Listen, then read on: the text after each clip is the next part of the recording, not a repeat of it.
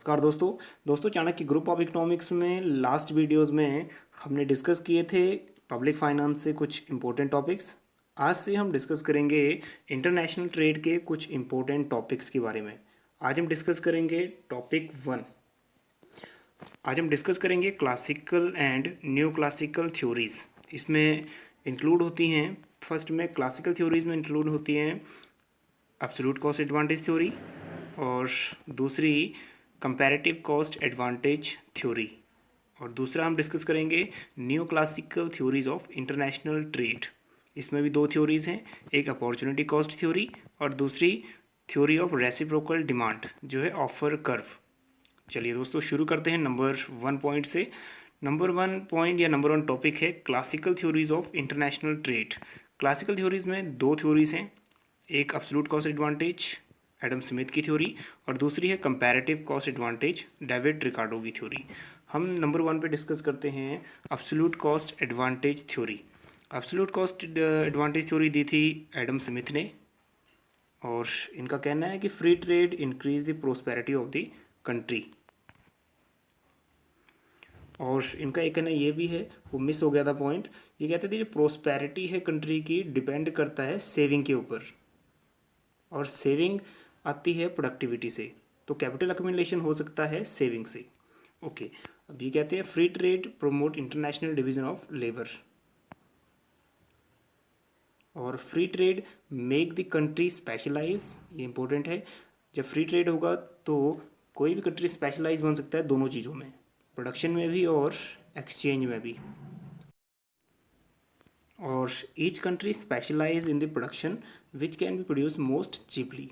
उस चीज़ में स्पेशलाइज होगी कोई कंट्री जो चीज़ को सस्ती प्रोड्यूस कर सके। और दूसरा इन्होंने कॉन्सेप्ट दिया था went for surplus. Went for surplus concept Adam Smith ने दिया था। इसका मतलब क्या होता है, जब एक कंट्री में ओवर प्रोडक्शन हो जाती है, उस ओवर प्रोडक्शन को यूटिलाइज करने के लिए हम इंटरनेशनल ट्रेड का सहारा लेते हैं थ्रू एक्सपोर्ट। उस कमोडिटी को, ओवर प्रोडक्शन को एक्सपोर्ट कर देते हैं जिससे वो रिसोर्सेज अपने यूटिलाइज हो जाते हैं। और vent for surplus concept applicable होता है यूडीसीज में, और ये इम्प्लाइज करता है, it implies international trade is not reversible. Okay, अब दूसरा हम डिस्कस करते हैं कंपैरेटिव कॉस्ट एडवांटेज थ्योरी।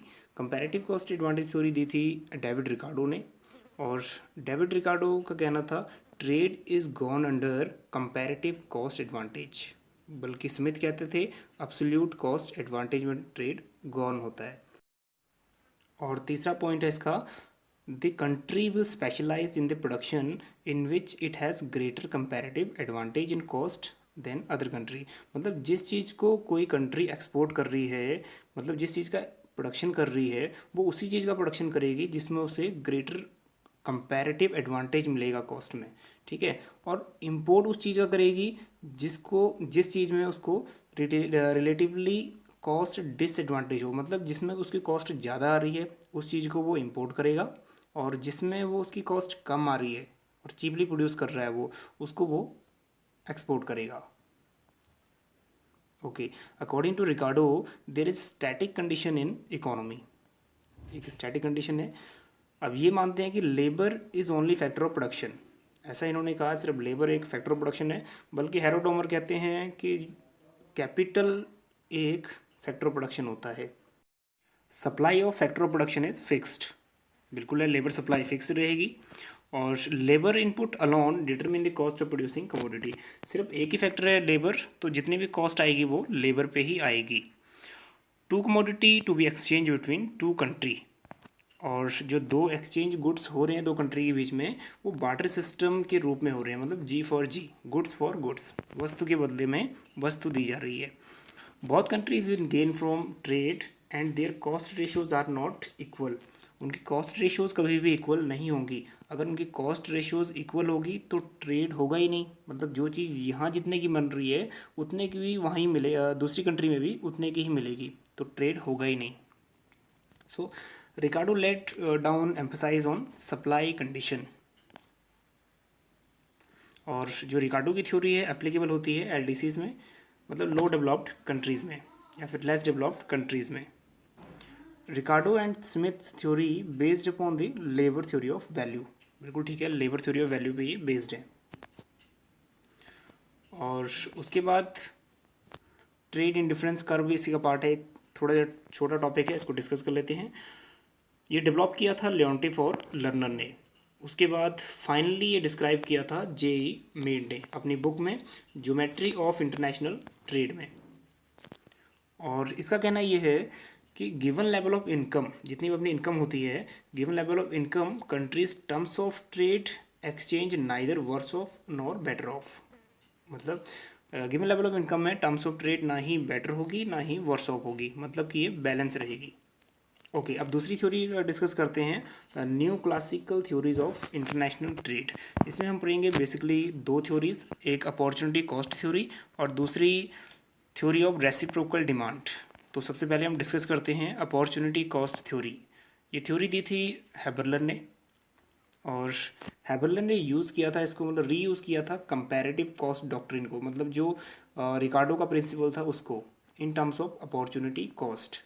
तो सिंपल लैंग्वेज में अपॉर्चुनिटी कॉस्ट का मतलब यही है जो पीपीसी का है, प्रोडक्शन पॉसिबिलिटी कर्व का है। मतलब हम एक रिसोर्सेज यूज़ करते हैं तो दूसरा रिसोर्सेज कम होना शुरू हो जाता है, तो इसीलिए मतलब एक का प्रोडक्शन करते हैं तो दूसरे का प्रोडक्शन कम हो जाता है। तो इसीलिए अपॉर्चुनिटी कॉस्ट भी यही कहती है, what has been sacrifice for achieve an additional unit of other. तो इसीलिए इसको अपॉर्चुनिटी कॉस्ट को हम ट्रांसफॉर्मेशन कर्व या फिर पीपीसी प्रोडक्शन पॉसिबिलिटी कर्व कहते हैं, जो ऐसा कहा था पॉल सैमुअल्सन ने। और मार्केट में परफेक्ट कंपटीशन की कंडीशन होती है, इसलिए जितनी भी कंडीशंस हैं वो परफेक्ट कंपटीशंस की ही होंगी, जैसे price is equal to MC, और भी जो परफेक्ट कंपटीशन की एजम्पशन है वो। और ये मॉडल बेस्ड है 2 into 2 into 2 पे, मतलब 2 कंट्रीज 2 कमोडिटीज़ और 2 फैक्टर ऑफ प्रोडक्शन।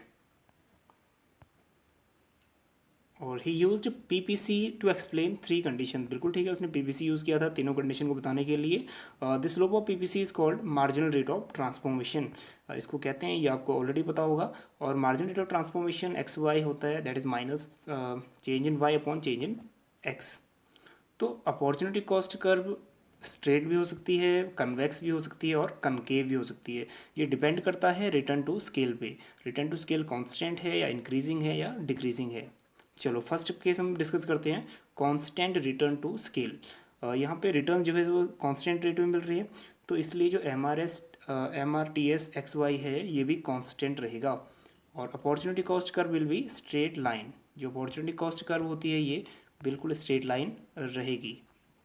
चलो दूसरी कंडीशन करते हैं, इंक्रीजिंग रिटर्न टू स्केल। देखो इंक्रीजिंग रिटर्न मतलब हमें फ़ायदा ज़्यादा हुआ है, फ़ायदा हमें ज़्यादा हुआ है क्यों, क्योंकि अपनी कॉस्ट कम थी। तो अपॉर्चुनिटी कॉस्ट क्या हो जाएगा इस केस में, opportunity cost will be decreases, opportunity cost decrease होगी, इसीलिए जो MRTS XY है ये भी डिक्रीजिंग।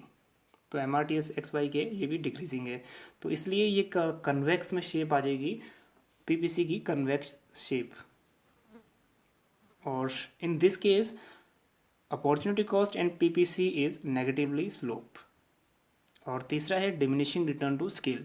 अब देखो डिमिनिशिंग रिटर्न्स, हमें कम रिटर्न्स क्यों मिले या डिमिनिशिंग रिटर्न्स क्यों मिले, क्योंकि अपनी कॉस्ट ज़्यादा थी। तो इस केस में क्या होगा, opportunity cost will be increases, opportunity cost increase होना शुरू हो जाएगी, और जो MRTS XY है विल इंक्रीजेस, जो ये वाली है दैट इज कनकेव हो जाएगी स्लोप। तो MRTS XY इज इंक्रीजिंग। और इस केस में अपॉर्चुनिटी कॉस्ट और पीपीसी पॉजिटिवली स्लोप हो जाएगी, दैट इज ये वाली, that is concave. Okay, the concept of increasing decreasing opportunity cost and international trade given by PC किंडलबर्जर। बिल्कुल ठीक है, एक ऐसी कंडीशन है जब एक ही डायग्राम से हम दोनों चीज़ें रिप्रेजेंट कर सकते हैं, इंक्रीजिंग कॉस्ट भी और डिक्रीजिंग कॉस्ट भी, जो हमने दिया था PC किंडलबर्जर ने। मतलब ये क्या बताता है, in this case the portion one portion of PPC is convex and other portion is concave. तो एक ही डायग्राम में ये दोनों चीज़ें एक्सप्लेन हो जाती हैं इसमें। ओके, अब नेक्स्ट वन करते हैं theory of reciprocal demand. Theory of reciprocal demand इसको हम ऑफर कर्व भी बोलते हैं, ये दी थी JS मिल ने। और offer curve is also called as reciprocal demand curve, offer curve को ही रेसिप्रोकल डिमांड कर्व भी बोलते हैं। और the concept of offer curve originally given by Marshall and Edgeworth. तो मार्शल एजवर्थ ने सबसे पहले ऑफर कर्व दिया था। फिर मिल ने रीस्टेट किया या रीयूज़ किया रिकार्डो का comparative principle, comparative cost in terms of comparative advantage. Okay, according to Mill same amount of labour can yield different output in different countries, मतलब same labour different output different countries में कर सकती है। और next point है reciprocal demand. Reciprocal demand क्या है? एक रेशो है वेयर टू कमोडिटी ट्रांजेक्टेड, जहाँ पे दो कमोडिटी या फिर दो ऑफर कर्व्स ट्रांजेक्ट करती हैं या इंटरसेक्ट करती हैं। वो डिपेंड करता है स्ट्रेंथ ऑफ इलास्टिसिटी पे, that is elasticity of each countries demand. Okay, अब बात करते हैं इसके एजम्पशंस की। ये 2x2 मॉडल है। उसके बाद trade is govern by comparative cost principle, और उसके बाद डिमांड दोनों कंट्री में सेम रहेगी और इनकम भी दोनों कंट्री में सेम रहेगी, लेकिन दोनों कंट्री में कॉस्ट सेम नहीं रहेंगे। और नेक्स्ट वन, जब आपकी ऑफर कर्व मोर इनलास्टिक होगी, more inelastic the offer curve more favourable will be terms of trade. More inelastic होगा तो टर्म्स ऑफ ट्रेड फेवरेबल होगा, और अगर मोर इनलास्टिक है, जब इनलास्टिक आपकी ऑफर कर्व है, तो more unfavourable the terms of trade, तो टर्म्स ऑफ ट्रेड अनफेवरेबल हो जाएगा। और offer curve is determine by demand of the product of each country. बिल्कुल ठीक है। अब चलो बात करते हैं कुछ प्रैक्टिकल अप्रोच पे। पहली बात ये कह रहा है if A is demand for product Y, ये ए इज एक्सपोर्टेबल है और ये बी इज एक्सपोर्टेबल है वाई एक्सिस पे। ये कहता है जब A is demand for product Y increases, A की डिमांड बी के वाई के लिए बढ़ गई है, A would willing to import more quantity of Y. अब ए को वाई की ज़्यादा कमोडिटी चाहिए, तो वो क्या करेगा? ज़्यादा इंपोर्ट करेगा। तो ज़्यादा इंपोर्ट करेगा तो ऑफर कर्व शिफ्ट हो जाएगा फ्रॉम ए टू A1। जो ए की ऑफर कर्व है ए से शिफ्ट होकर चले जाएगी A1 पे। अब देखो यहाँ पे क्या हुआ, वॉल्यूम ऑफ ट्रेड बढ़ गया है। इंपोर्ट होने से वॉल्यूम ऑफ ट्रेड बढ़ गया है, इंपोर्ट बढ़ गया है। तो इसका मतलब क्या है? टर्म्स ऑफ ट्रेड अनफेवरेबल हो गए हैं, क्योंकि जब वॉल्यूम ऑफ ट्रेड बढ़ता है तो सिंपली यहाँ पे टर्म्स ऑफ ट्रेड अनफेवरेबल हो जाते हैं। और दूसरी कंडीशन, अगर as demand for product Y decreases, अगर वाई के लिए डिमांड कम हो जाती है, अब इंपोर्ट कम करना पड़ रहा है, तो इसलिए इस सेंस में क्या होगा, ऑफर कर्व बैकवर्ड शिफ्ट हो जाएगी, मतलब थोड़ा इनलास्टिक हो जाएगी। तो इस सेंस में क्या होगा, टर्म्स ऑफ ट्रेड फेवरेबल होगा। क्यों? क्योंकि वॉल्यूम ऑफ ट्रेड थोड़ा कम हो गया, और ऑफर कर्व शिफ्ट हो जाएगी A2 यहाँ पे, और वॉल्यूम ऑफ ट्रेड भी कम हो जाएगा, तो टर्म्स ऑफ ट्रेड फेवरेबल हो जाएगा।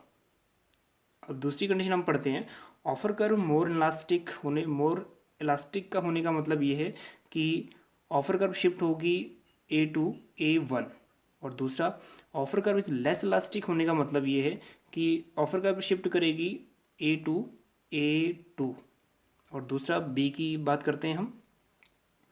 और लास्ट डायग्राम में हमने बी का केस इसलिए डिस्कस किया था, जैसे हमने ए का केस डिस्कस किया था, सिमिलरली बी के केस में भी सेम होता।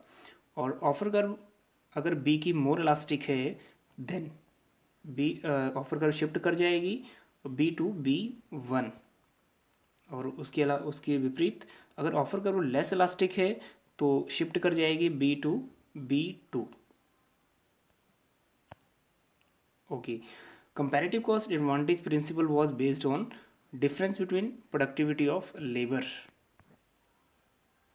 or if demand for foreign product increased then terms of trade become unfavorable। बिल्कुल ठीक है, अगर डिमांड फॉरेन प्रोडक्ट इंक्रीज हुई मतलब हम ज़्यादा इंपोर्ट करेंगे तो टर्म्स ऑफ ट्रेड अनफेवरेबल हो जाएगा।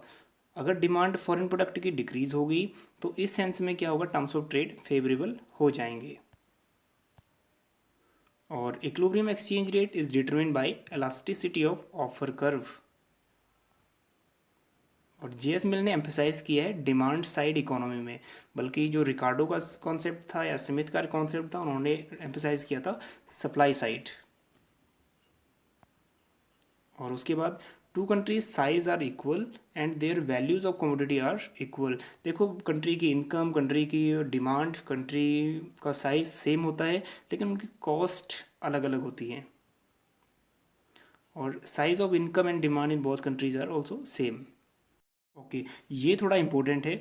अगर एक कंट्री लार्ज है और दूसरी कंट्री स्मॉल है तो गेन्स फ्रॉम ट्रेड उसे मिलेगा जो कंट्री स्मॉलर है। ओके, तो दोस्तों आज हमने डिस्कस किया क्लासिकल थ्योरीज और न्यू क्लासिकल की थ्योरीज।